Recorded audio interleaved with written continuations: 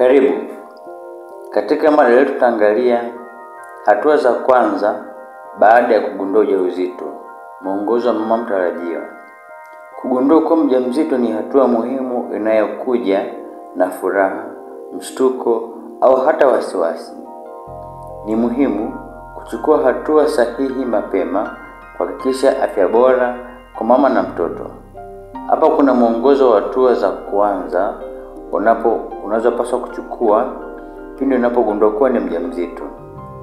Kama ni mara yako kwanza kwenye channel hii, tafadhali usisahau kusubscribe, kulike na kushare ili uwe unapata maudhui haya mara kwa mara. Jambo la kwanza, hakikisha unathibitisha ujauzito kwa vipimo.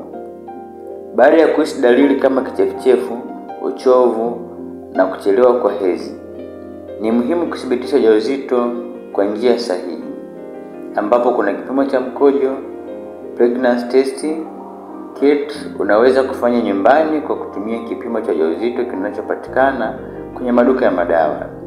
Lakini pia kuna kipimo cha damu, HCG blood test, kipimo cha hospitali ambacho huonyesha ujauzito hata katika hatua za awali. Kuna kipimo cha ultrasound. Hiki husaidia kuthibitisha ujauzito na kuchunguza maendeleo ya mtoto tumboni. Hili ni jambo la kwanza. Jambo la pili, anza kliniki ya wajawazito mapema. Kufanya ziara ya kwanza kliniki ni muhimu ili kuhakikisha ujauzito wako ni salama.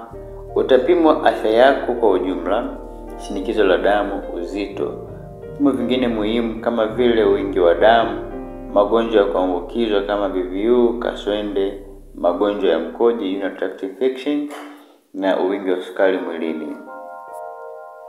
Jambo la tatu, anza kula lishe bora.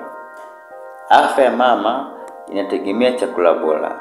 Hakikisha unakula vyakula vyenye madini ya chuma, mboga za majani, nyama na maharage, madini ya folic, kuna parachichi, avocados, mboga za majani na karanga, kuna omega 3 ni samaki na mafuta, mbegu za chia, kuna calcium, kuna maziwa, mtindi na cheese. Epuka pombe, sigara, vyakula vyenye vimelea hatari kama nyama mbichi na mayai yasiyopikwa vizuri. Jambo la 4, anza kunywa maji ya kutosha na pata madini muhimu. Madini muhimu yanayohitajika ni pamoja na folic acid, husaidia kuzuia matatizo ya mfumo wa neva kwa mtoto au muda mwingine tunasema mgongo wazi, spinal bifida. Iron, madini ya chuma, kuzuia upungufu wa damu yani anemia.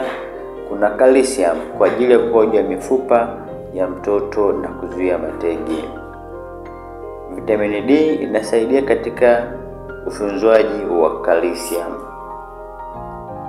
Jambo la 5, epuka mazingira hatari.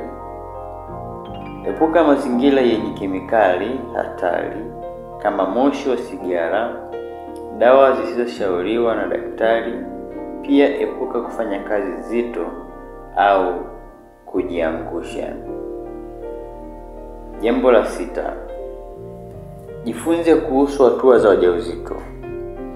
Kuelewa hatua za ukuaji wa mtoto kila mwezi kutakusaidia kujua mabadiliko unayoweza kutarajia.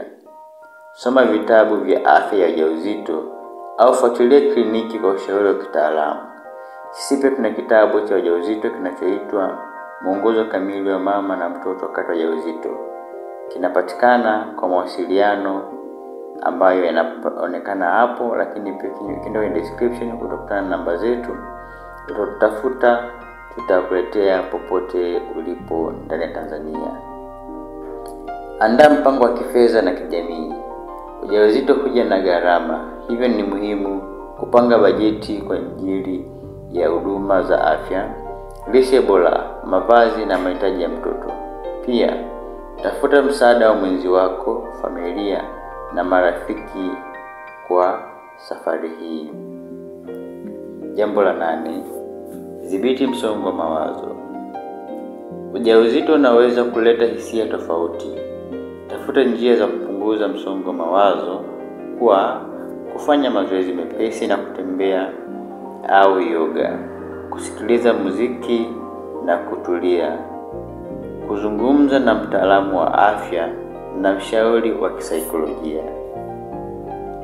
Kugundua ujauzito ni hatua kubwa inayoleta furaha na wajibu mpya. Hatua hizi zitakusaidia kuwa na ujauzito wenye afya, kuhakikisha usalama wako na wa mtoto wako, na kujitayarisha kwa safari ya uzazi kwa utulivu na furaha. Tembelea kwa daktari mara kwa mara kwa uchunguzi wa maendeleo ya ujauzito wako. Tafadhali usisahau kusubscribe, kulike na kushare maudhui haya kwa marafiki.